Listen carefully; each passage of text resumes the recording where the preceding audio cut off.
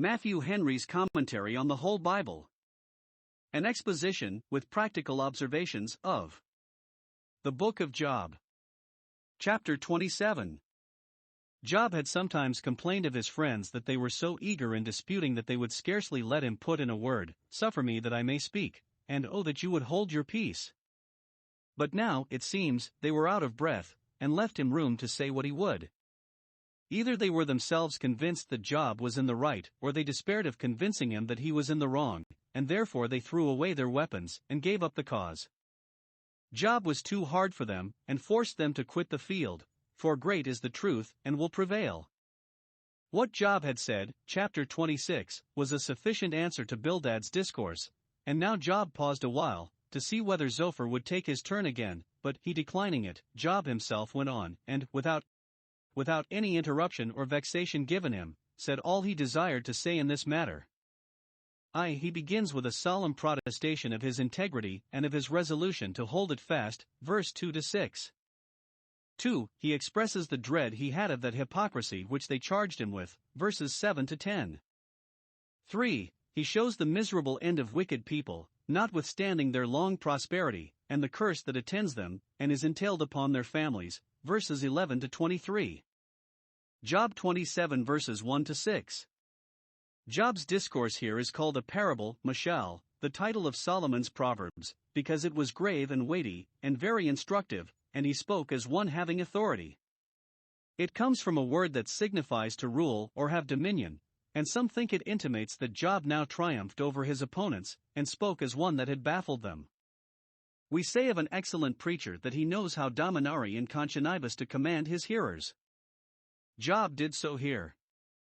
A long strife there had been between Job and his friends. They seemed disposed to have the matter compromised, and therefore, since an oath for confirmation is an end of strife, Hebrews 6 verse 16, Job here backs all he had said in maintenance of his own integrity with a solemn oath, to silence contradiction, and take the blame entirely upon himself if he prevaricated. Observe. 1. The form of his oath, verse 2 is God liveth, who hath taken away my judgment. Here. 1. He speaks highly of God, in calling him the living God, which means ever-living, the eternal God, that has life in himself, and in appealing to him as the sole and sovereign judge. We can swear by no greater, and it is an affront to him to swear by any other. 2. Yet he speaks hardly of him, and unbecomingly, in saying that he had taken away his judgment, that is, refused to do him justice in this controversy, and to appear in defense of him, and that by continuing his troubles, on which his friends grounded their censures of him, he had taken from him the opportunity he hoped ere now to have of clearing himself. Elihu reproved him for this word, chapter 34 verse 5, for God is righteous in all his ways, and takes away no man's judgment. But see how apt we are to despair of favor if it be not shown us immediately, so poor-spirited are we and so soon weary of waiting God's time. He also charges it upon God that he had vexed his soul, had not only not appeared for him, but had appeared against him, and, by laying such grievous afflictions upon him, had quite embittered his life to him, and all the comforts of it. We, by our impatience, vex our own souls, and then complain of God that he has vexed them. Yet see Job's confidence in the goodness both of his cause and of his God, that though God seemed to be angry with him, and to act against him for the present, yet he could cheerfully commit his cause to him. 2. The matter of his oath, verses 3 and 4. 1. That he would not speak wickedness, nor utter deceit, that, in general, he would never allow himself in the way of lying, that, as in this debate he had all along spoken as he thought, so he would never wrong his conscience by speaking otherwise, he would never maintain any doctrine, nor assert any matter of fact, but what he believed to be true, nor would he deny the truth, how much soever it might make against him, and, whereas his friends charged him with being a hypocrite, he was ready to answer, upon oath, to all their interrogatories, if called to do so. On the one hand, he would not, for all the world, deny the charge if he knew himself guilty, but would declare the truth, the whole truth, and nothing but the truth, and take to himself the shame of his hypocrisy. On the other hand, since he was conscious to himself of his integrity, and that he was not such a man as his friends represented him, he would never betray his integrity, nor charge himself with that which he was innocent of. He would not be brought, no, not by the rack of their unjust censures, falsely to accuse himself.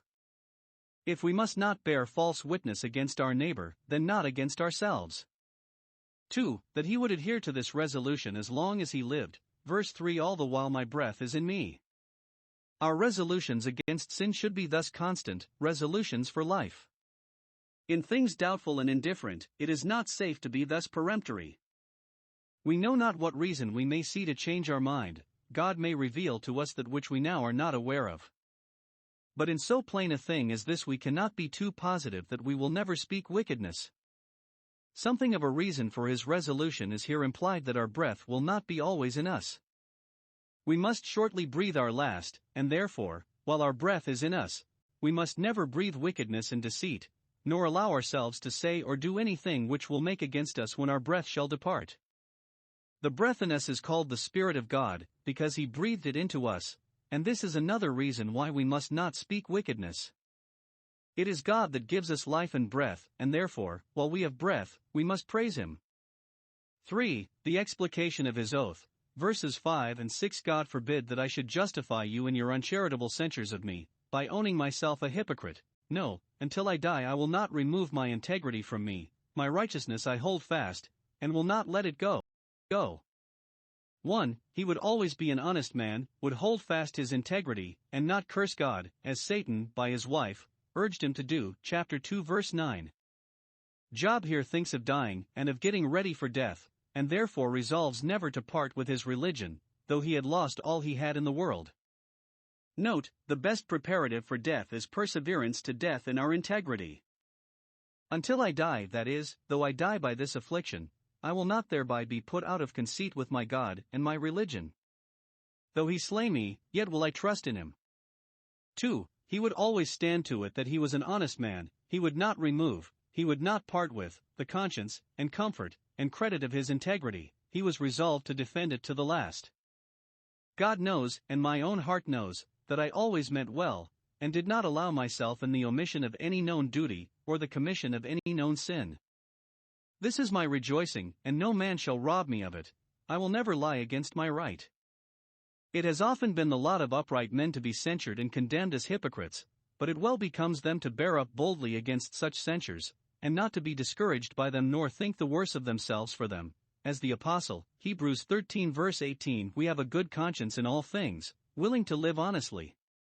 Hic neris ahenius esto, nil consire sibi. Be this thy brazen bulwark of defense. Still to preserve thy conscious innocence. Job complained much of the reproaches of his friends, but says he, my heart shall not reproach me, that is, I will never give my heart cause to reproach me, but will keep a conscience void of offense, and while I do so, I will not give my heart leave to reproach me. Who shall lay anything to the charge of God's elect? It is God that justifies. To resolve that our hearts shall not reproach us when we give them cause to do so is to affront God, whose deputy conscience is, and to wrong ourselves, for it is a good thing, when a man has sinned, to have a heart within him to smite him for it. 2 Samuel 24 verse 10. But to resolve that our hearts shall not reproach us while we still hold fast our integrity is to baffle the designs of the evil spirit, who tempts good Christians to question their adoption, if thou be the Son of God, and to concur with the operations of the good Spirit, who witnesses to their adoption. Job 27 verses 7 to 10. Job, having solemnly protested the satisfaction he had in his integrity, for the further clearing of himself, here expresses the dread he had of being found a hypocrite. 1. He tells us how he startled at the thought of it, for he looked upon the condition of a hypocrite and a wicked man to be certainly the most miserable condition that any man could be in. Verse 7. Let my enemy be as the wicked, a proverbial expression, like that, Daniel 4 verse 19, the dream be to those that hate thee. Job was so far from indulging himself in any wicked way, and flattering himself in it, that, if he might have leave to wish the greatest evil he could think of to the worst enemy he had in the world, he would wish him the portion of a wicked man, knowing that worse he could not wish him. Not that we may lawfully wish any man to be wicked, or that any man who is not wicked should be treated as wicked, but we should all choose to be in the condition of a beggar, an outlaw, a galley slave, anything, rather than in the condition of the wicked, though in ever so much pomp and outward prosperity. 2. He gives us the reasons of it. 1. Because the hypocrite's hopes will not be crowned. Verse 8. For what is the hope of the hypocrite? Bildad had condemned it, chapter 8 verses 13 and 14, and Zophar, chapter 11 verse 20, and Job here concurs with them, and reads the death of the hypocrites' hope with as much assurance as they had done, and this fitly comes in as a reason why he would not remove his integrity, but still hold it fast. Note, the consideration of the miserable condition of wicked people, and especially hypocrites, should engage us to be upright, for we are undone, forever undone, if we be not, and also to get the comfortable evidence of our uprightness, for how can we be easy if the great concern lie at uncertainties? Job's friends would persuade him that all his hope was but the hope of the hypocrite, chapter 4 verse 6. Nay, says he, I would not, for all the world, be so foolish as to build upon such a rotten foundation, for what is the hope of the hypocrite? See here. 1. The hypocrite deceived.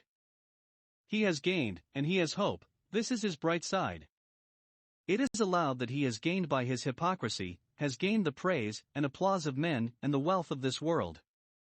Jehu gained a kingdom by his hypocrisy and the Pharisees many a widow's house. Upon this gain he builds his hope, such as it is. He hopes he is in good circumstances for another world, because he finds he is so for this, and he blesses himself in his own way. 2. The hypocrite undeceived. He will at last see himself wretchedly cheated, for 1. God shall take away his soul, sorely against his will. Luke 12 verse 20, thy soul shall be required of thee. God, as the judge, takes it away to be tried and determined to its everlasting state. He shall then fall into the hands of the living God to be dealt with immediately. 2. What will his hope be then? It will be vanity and a lie, it will stand him in no stead. The wealth of this world, which he hoped in, he must leave behind him, Psalm 49 verse 17. The happiness of the other world, which he hoped for, he will certainly miss of. He hoped to go to heaven, but he will be shamefully disappointed. He will plead his external profession, privileges, and performances, but all his pleas will be overruled as frivolous. Depart from me, I know you not. So that, upon the whole, it is certain that a formal hypocrite, with all his gains and all his hopes, will be miserable in a dying hour. 2. Because the hypocrite's prayer will not be heard, verse 9, will God hear his cry when trouble comes upon him? No, he will not, it cannot be expected he should. If true repentance come upon him, God will hear his cry and accept him, Isaiah 1 verse 18, but, if he continue impenitent and unchanged, let him not think to find favor with God. Observe. 1. Trouble will come upon him, certainly it will. Troubles in the world often surprise those that are most secure of an uninterrupted prosperity. However, death will come and trouble with it, when he must leave the world and all his delights in it. The judgment of the great day will come, fearfulness will surprise the hypocrites, Isaiah 33 verse 14. 2. Then he will cry to God, will pray, and pray earnestly. Those who in prosperity slighted God, either prayed not at all or were cold and careless in prayer, when trouble comes will make their application to him and cry as men in earnest. But 3. Will God hear him then? In the troubles of this life, God has told us that he will not hear the prayers of those who regard iniquity in their hearts, Psalm 66 verse 19, and set up their idols there, ease. 14:4, nor of those who turn away their ear from hearing the law, Proverbs 28 verse 9. Get you to the gods whom you have served, Judges 10 verse 14. In the judgment to come, it is certain, God will not hear the cry of those who lived and died in their hypocrisy. Their doleful lamentations will all be unpitied. I will laugh at your calamity. Their importunate petitions will all be thrown out, and their pleas rejected. Inflexible justice cannot be biased, nor the irreversible sentence revoked. See Matthew 7 verses 22 and 23, Luke 13 verse 26, and the case of the foolish virgins, Matthew 25 verse 11. 3. Because the hypocrite's religion is neither comfortable nor constant, verse 10, will he delight himself in the Almighty? No, not at any time, for his delight is in the profits of the world, and the pleasures of the flesh, more than in God, especially not in the time of trouble. Will he always call upon God? No, in prosperity he will not call upon God, but slight him, In adversity he will not call upon God, but curse him. He is weary of his religion when he gets nothing by it, or is in danger of losing. Note 1. Those are hypocrites who, though they profess religion, neither take pleasure in it nor persevere in it, who reckon their religion a task and a drudgery, a weariness, and snuff at it, who make use of it only to serve a turn, and lay it aside when the turn is served, who will call upon God while it is in fashion, or while the pang of devotion lasts, but leave it off when they fall into other company, or when the hot fit is over. 2. The reason why hypocrites do not persevere in religion is because they have no pleasure in it. Those that do not delight in the Almighty will not always call upon Him. The more comfort we find in our religion, the more closely we shall cleave to it. Those who have no delight in God are easily inveigled by the pleasures of sense, and so drawn away from their religion, and they are easily run down by the crosses of this life, and so driven away from their religion, and will not always call upon God. Job 27 verses 11 to 23. Job's friends had seen a great deal of the misery and destruction that attend wicked people, especially oppressors, and Job, while the heat of disputation lasted, had said as much, and with as much assurance, of their prosperity. But now that the heat of the battle was nearly over, he was willing to own how far he agreed with them, and where the difference between his opinion and theirs lay. 1. He agreed with them that wicked people are miserable people, that God will surely reckon with cruel oppressors, and one time or other, one way or other, His justice will make reprisals upon them for all the affronts they have put upon God and all the wrongs they have done to their neighbors. This truth is abundantly confirmed by the entire concurrence, even of these angry disputants in it. But 2. In this they differed. They held that these deserved judgments are presently and visibly brought upon wicked oppressors, that they travail with pain all their days, that in prosperity the destroyer comes upon them, that they shall not be rich, nor their branch green, and that their destruction shall be accomplished before their time. So Eliphaz, chapter 15 verses 20, 21, 29 and 32. That the steps of their strength shall be straitened, that terrors shall make them afraid on every side. So Bildad, chapter 18 verses 7 and 11, that he himself shall vomit up his riches, and that in the fullness of his sufficiency he shall be in straits. So Zophar, chapter 20 verses 15 and 22. Now Job held that, in many cases, judgments do not fall upon them quickly, but are deferred for some time. That vengeance strikes slowly he had already shown, chapters 21 and 24. Now he comes to show that it strikes surely and severely, and that reprieves are no pardons. Job here undertakes to set this matter in a true light. Verses 11 and 12 I will teach you. We must not disdain to learn even from those who are sick and poor, yea, and peevish too, if they deliver what is true and good. Observe 1. What he would teach them, that which is with the Almighty, that is, the counsels and purposes of God concerning wicked people, which are hidden with him, and which you cannot hastily judge of, and the usual methods of his providence concerning them. This, says Job, will I not conceal. What God has not concealed from us we must not conceal from those we are concerned to teach. Things revealed belong to us and our children. 2. How he would teach them, by the hand of God, that is, by his strength and assistance. Those who undertake to teach others must look to the hand of God to direct them, to open their ear, Isaiah 50 verse 4, and to open their lips. Those whom God teaches with a strong hand are best able to teach others, Isaiah 8 verse 11. 3. What reason they had to learn those things which he was about to teach them, verse 12, that it was confirmed by their own observation. You yourselves have seen it, but what we have heard and seen and known, we have need to be taught, that we may be perfect in our lesson, and that it would set them to rights in their judgment concerning him. Why then are you thus altogether vain, to condemn me for a wicked man because I am afflicted?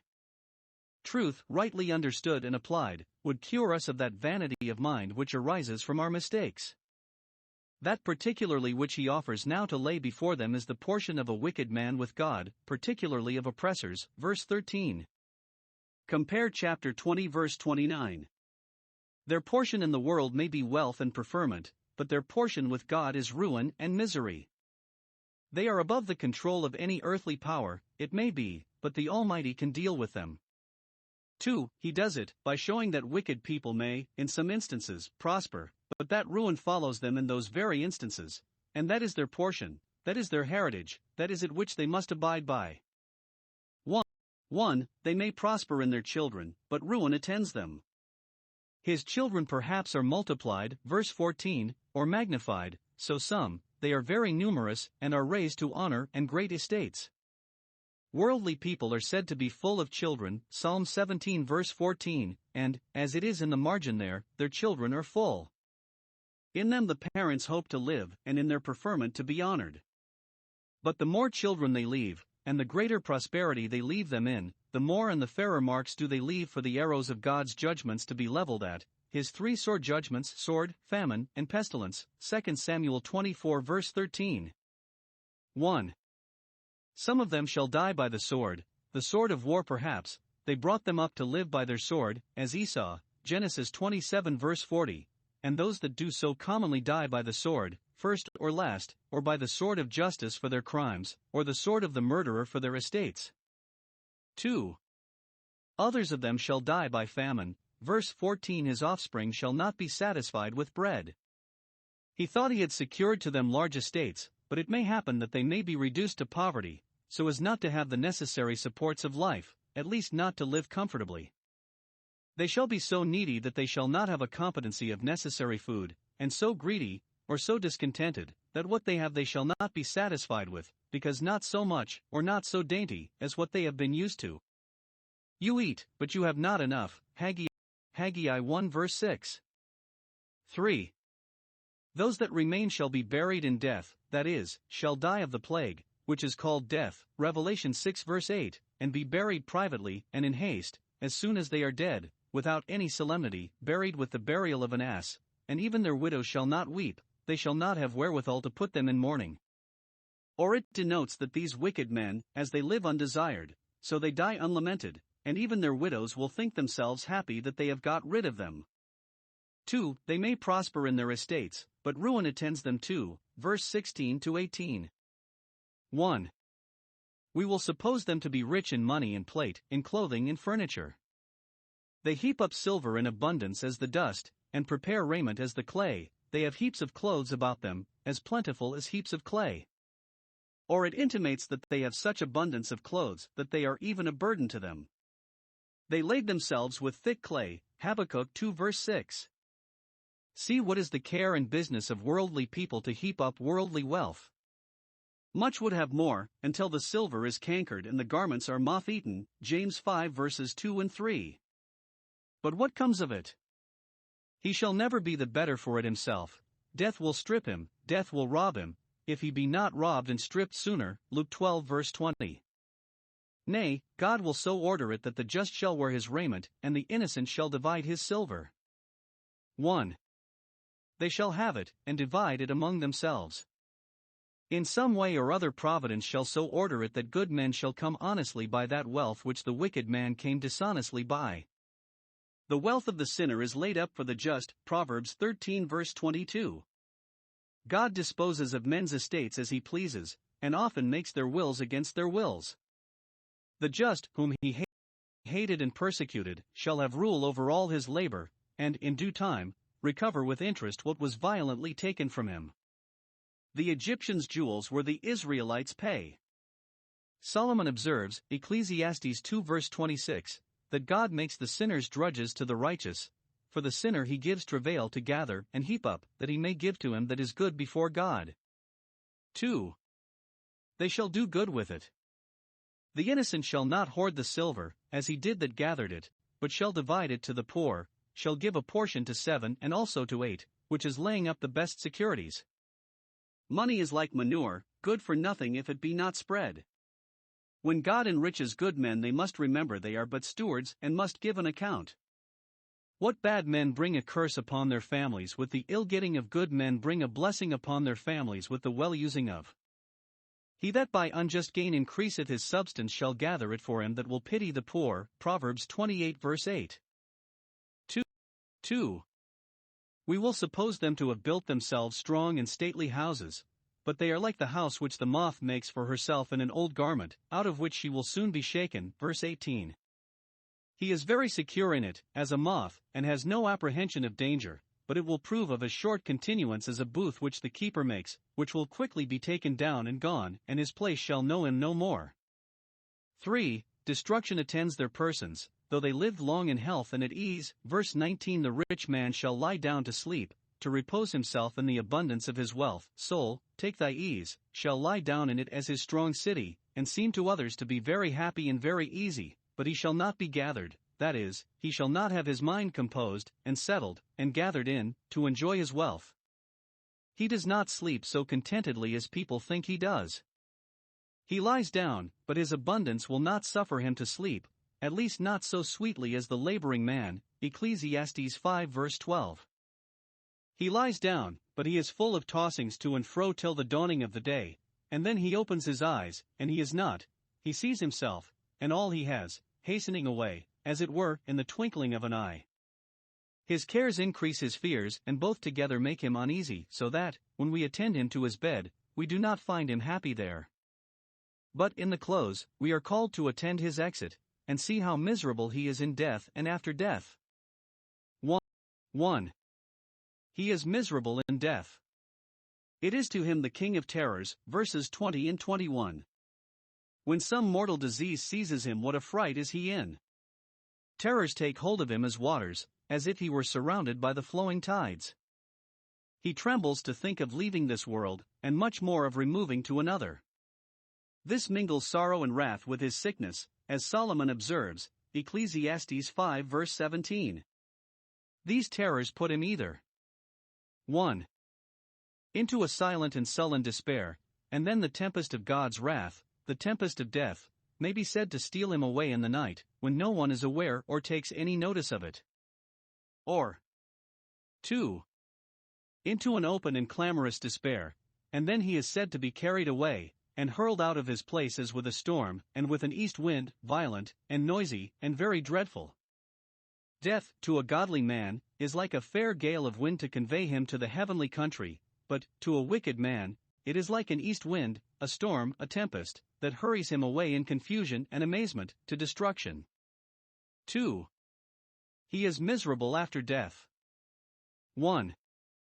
His soul falls under the just indignation of God, and it is the terror of that indignation which puts him into such amazement at the approach of death. Verse 22. For God shall cast upon him, and not spare. While he lived he had the benefit of sparing mercy, but now the day of God's patience is over, and he will not spare, but pour out upon him the full vials of his wrath. What God casts down upon a man there is no flying from nor bearing up under. We read of his casting down great stones from heaven upon the Canaanites, Joshua 10 verse 11, which made terrible execution among them, but what was that to his casting down his anger in its full weight upon the sinner's conscience, like the talent of lead? Zechariah 5 verses 7 and 8. The damned sinner, seeing the wrath of God break in upon him, would fain flee out of his hand, but he cannot. The gates of hell are locked and barred, and the great gulf fixed, and it will be in vain to call for the shelter of rocks and mountains. Those who will not be persuaded now to fly to the arms of divine grace, which are stretched out to receive them, will not be able to flee from the arms of divine wrath, which will shortly be stretched out to destroy them. 2. His memory falls under the just indignation of all mankind. Verse 23. Men shall clap their hands at him, that is, they shall rejoice in the judgments of God, by which he is cut off, and be well pleased in his fall. When the wicked perish there is shouting. Proverbs 11 verse 10. When God buries him men shall hiss him out of his place, and leave on his name perpetual marks of infamy. In the same place where he has been caressed and cried up he shall be laughed at. Psalm 52 verse 7, and his ashes shall be trampled on.